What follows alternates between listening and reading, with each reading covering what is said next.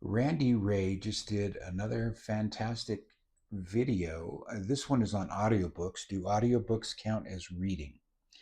Uh, I'm showing this video. I really want you to watch it. I think you probably have if you're watching this, but definitely check it out. Also, read the comments, particularly the pinned comment at the top. At least it's pinned right now. It's by uh, Alohm, Alohm, who did a great comment here too about in sort of in praise of audiobooks. I don't want to get into one of the perennial subjects about audiobooks is that Randy pretty much put to bed. I think in this video for anybody who's open-minded as to whether they count or not. But I do want to talk some about audiobooks and how I use them and some of the things I've observed about them because I do listen to audiobooks as well as read books. I started out listening to audiobooks when I was working a warehouse job.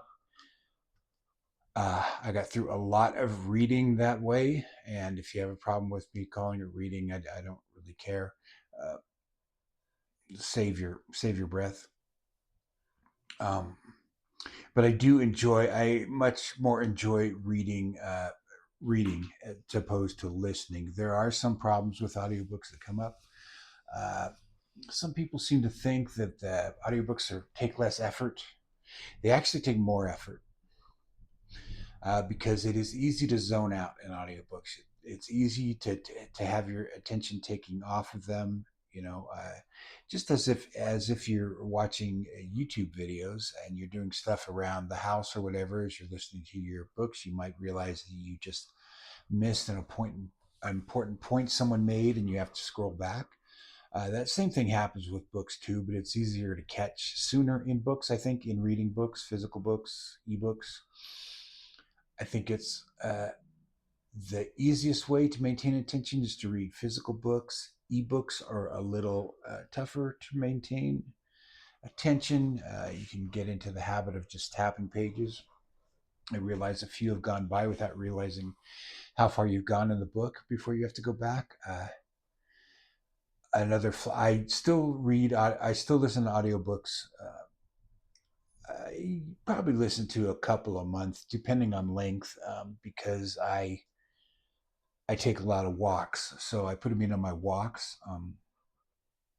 Another flaw of audiobooks is they will jump. Yeah, my phone will decide that I want to, that I stepped off a curb, so I want the book to skip forward, 4.5 hours, which happened to me in the Pickwick papers the other day or last month. Um, and then you're listening, you go, I really have no idea what's going on. And you look at the thing and you realize you're not at the point where you thought you were. And that's very frustrating. I get very frustrated with books doing that. What I do mostly use them for now is for rereads because of the various problems, like the Pickwick papers I had read before. I did a whole run of the Parker novels, which mostly I had read before, but that was back in the day when you didn't have access to every book in the world because of the internet, and so some of them were first time runs on audio. I'm talking about Richard Stark's Parker crime novels, but it was fun to listen to those again when I had read most of them and was familiar with the stories, and that kept me going for quite a couple of months of walks. Other times I just want to be noiseless on my walks. Another thing I do on my walks is sometimes listen to Spanish books for my Spanish language study, and that only works as background. That is not. I do not retain enough Spanish from my studies to be able to listen while I'm doing anything else, including walking on the streets. But it's okay to use recordings of things just as background to just get the feel for the language. Just don't count it as part of your study. Is what I would recommend, unless you're just actually sitting and focusing on it. Funny. Oh, it all counts. That's what it's called, Randy Ray. And I want to show his cover for something else that I want to talk about in a minute. So that I was reminded of by seeing his background of books there. A couple of things he touched on that I have very opinionated on, and none of this is criticism. What I really enjoyed about Randy's video and all his videos is his calm, reasonable demeanor. It's not pointing fingers at anybody. We all have our different ways of approaching books and enjoying books. He talked about performance, and he prefers audiobooks that are not heavy on performance, I believe is what he said. And I truly understand his meaning. There is what happened a few years ago, I think, when audiobooks really sort of blew up about the same time as ebooks. A friend of mine once said if ebooks had never been invented, the main story in publishing for the last 20 years would be audiobooks, because it's such a change. People are quite busy now, and audiobooks are I mean, I read them all the way back to the cassette days. Cassettes were not bad, actually. Cassettes of audiobooks back in the 80s and 90s were not bad, because you could stop the cassette and you'd be in the right place. Then CDs came along, and they are much worse, because it's harder to pause a CD if you have a Walkman, Discman, or something that's just going to go back to the beginning. Whereas in a car, I guess you could pause them. So that's how long I've been reading audiobooks. Back then, there was not a lot of choice, so I would kind of discover authors that I wasn't aware of. For example, that's how I first read a Larry McMurtry book, before even Lonesome Dove, which is one of my favorite books, one of BookTube's favorite books. I read another book by him. I listened to a book by him called Anything for Billy, which is a lesser known Larry McMurtry Western about Billy the Kid. I wonder why that one's never talked about. I should do a video on that someday. It's a terrific story. It's not up to the level of Lonesome Dove, but it is one of his better books that I've read. I've read a lot of his books by now. So the performances were there was like a specific sort of category of readers. Now there's a greater range of readers, including celebrities. I just finished Scanner Darkly, read by Paul Giamatti, who's a science fiction fan, probably a Philip K. Dick fan, was even in Star Trek recently, and gave his favorite villain in all the Star Trek series as Gul Dukat. So he's serious, because Gul Dukat is the best villain in Star Trek, not Khan. Anyway, and there are readers that are quite good. Like I listened to Maggie Gyllenhaal read The Bell Jar. I thought she did an excellent job. I think she's a better reader of Sylvia Plath than Sylvia Plath is, because Sylvia Plath has this really stentorian sort of voice, and Maggie Gyllenhaal, at least at the time she read this, sounded really closer to the age of the character. So I think that some actors do quite well. There are I've probably stopped more audiobooks because of terrible narration. One of the worst I ever read was, or tried to listen to, was Wind Up Bird Chronicle by Murakami, and the reader was so terrible for that book, so irritating with all of his little characterizations he put in there, and choosing a male reader for a Murakami novel might be difficult anyway, because you've got, in the Murakami novels that I've read, you've got the one male character, and you've got all these female archetypes that appear in every. That's why I'm sick of his books. But he's got the manic pixie dream girl.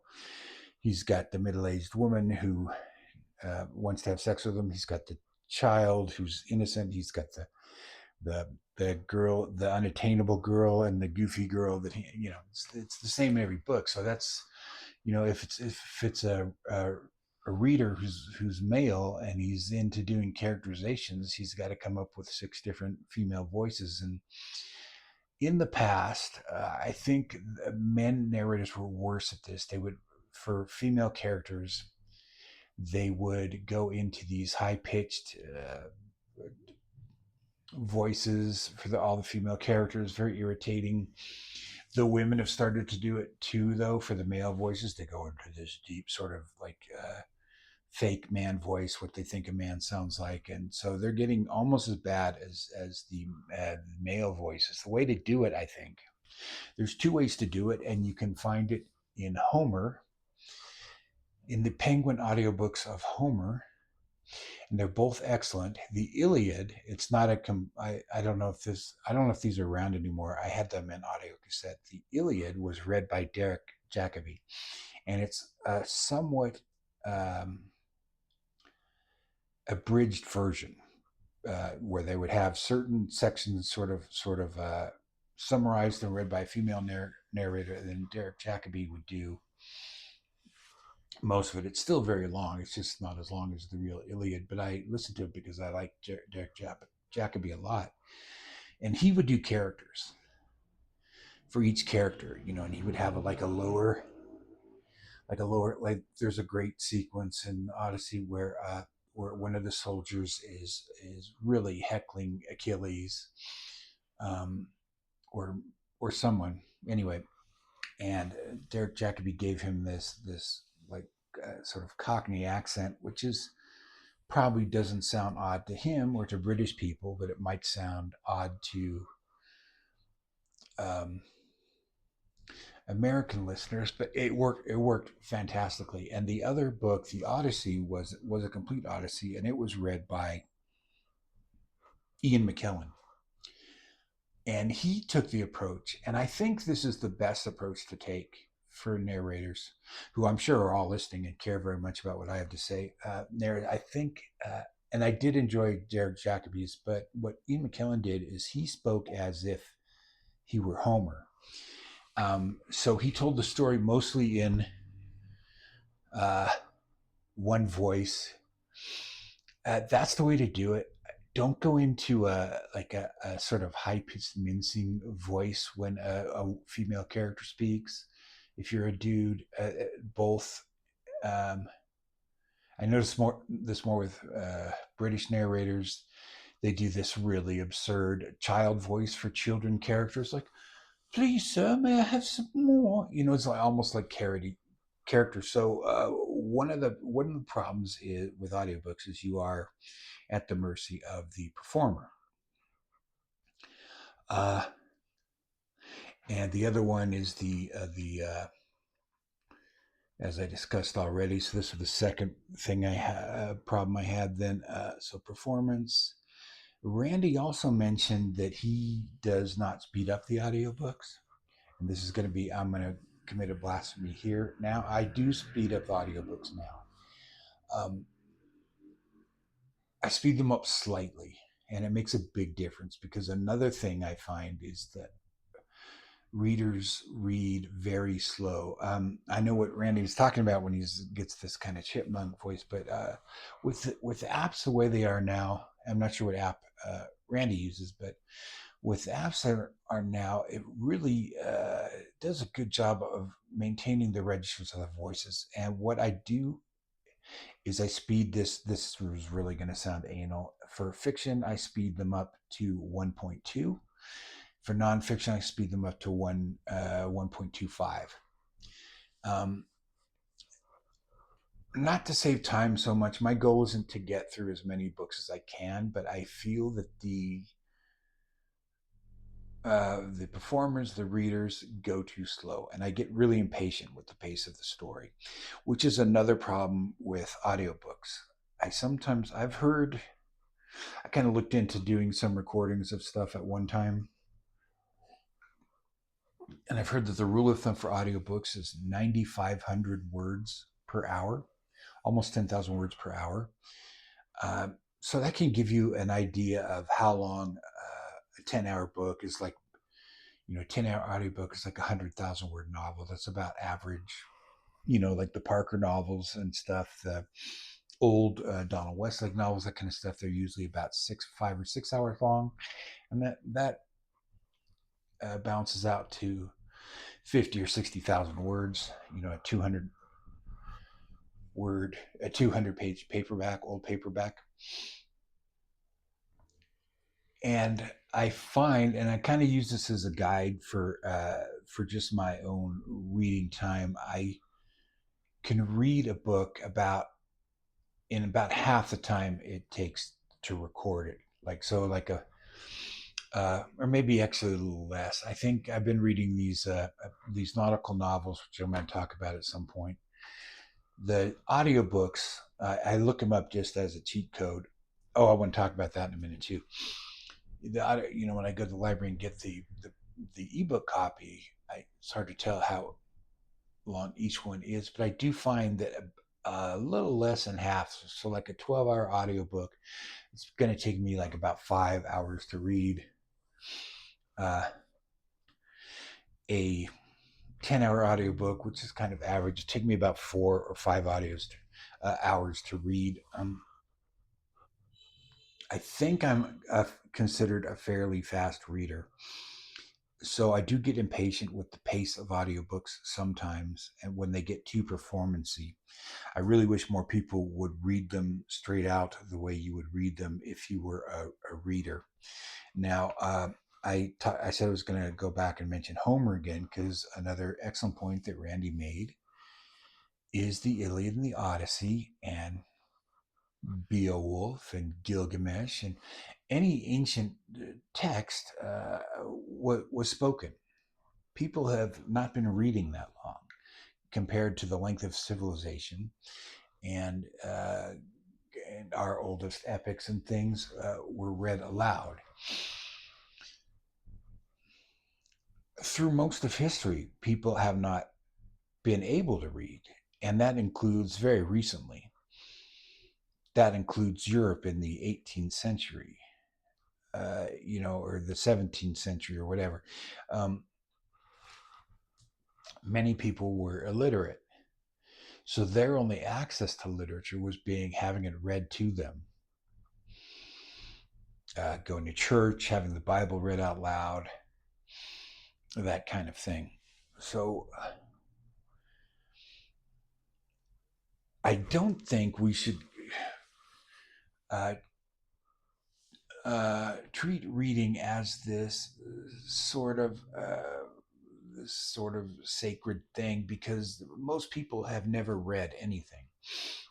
That doesn't mean they weren't literate in other ways. There's other kinds of literacy. There's understanding nature when you see it. There's understanding, I don't know, animal tracks if you're hunting. Understanding indicators of what's going to happen with the river overflowing if it's been raining a lot. I'm probably getting out over my skis here, but let's see if I can find this other part about it. Here's another thing about reading, and I was thought of this just because I happened to notice in Randy's video. It's probably too blurry there, but right behind that candle is a book either by or about Charles Dickens. And there's another kind of reading that people don't do as much now, which is legitimate, and that's what people would read to each other. And I think audiobooks help us continue that tradition. You can picture a family getting the new edition of the new number of whatever magazine, Household, I forget the name of it, that the latest installation of Dickens was in, and sitting down as a family, and maybe the dad reads a couple pages, then the mother does, and maybe the older kids do. They read to each other, and they experience it the way we would experience television or radio. Or it was very common, and people enjoy reading to each other. People enjoy being read to, and there's a channel I watch sometimes called Right Consciousness. It's a handful. Right Consciousness is a handful. But anyway, if people know the channel, they know what I'm talking about. But not to get into his content or anything, but he did mention one of his recent videos that I saw part of. I never get more than 4 or 5 minutes into them, so I won't link to him or anything. He doesn't care. He's a different part of BookTube. But he had been a high school teacher for 6 to 8 years, and he said one of the things he's noticed is that parents do not read to their children these days. And that's, of course, his high school experience wherever he teaches, which I don't know, whatever economic level or whatever part of the country or whatever. But that is extremely sad. I would not be a reader at all if my mother hadn't read to us comic books and Dr. Seuss and other kinds of books when we were very young. You have to read to children. Uh, I don't know if you want to not count that as the children having read anything or not. Again, it's not really important. The labeling isn't important. They're experiencing the books at a young age, then of course they naturally want to read more themselves. A lot of people don't have the time to read, so they listen in the car or things like that. But reading aloud, I'm looking at my notes here. At work, okay, how am I in audiobooks? Reading aloud is something I've thought about recently too. Another thing Randy talked about is what they call immersive reading.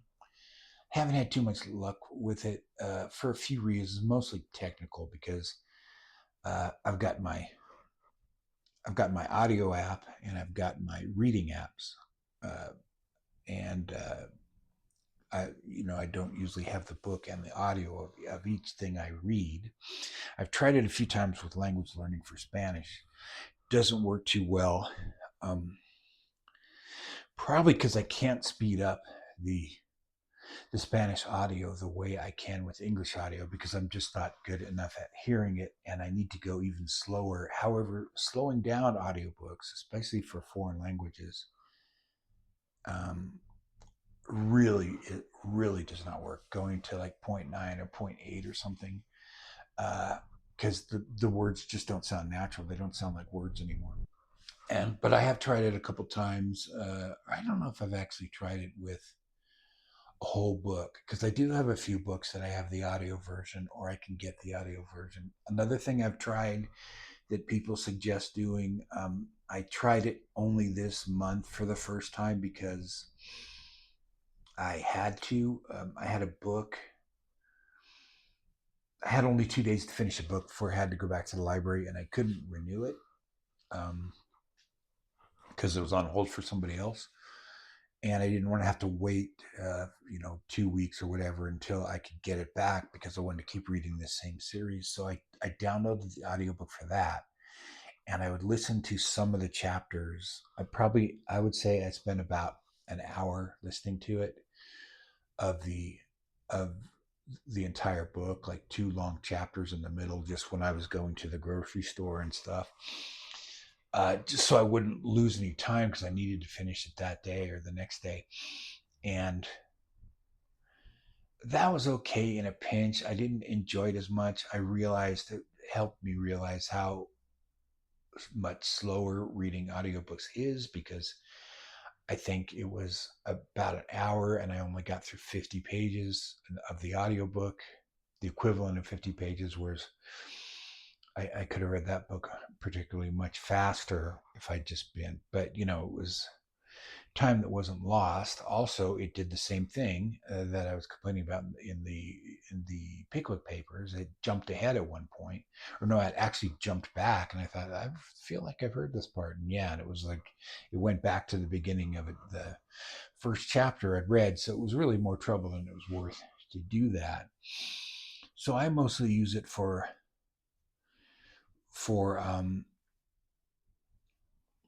like I said, books I've already read.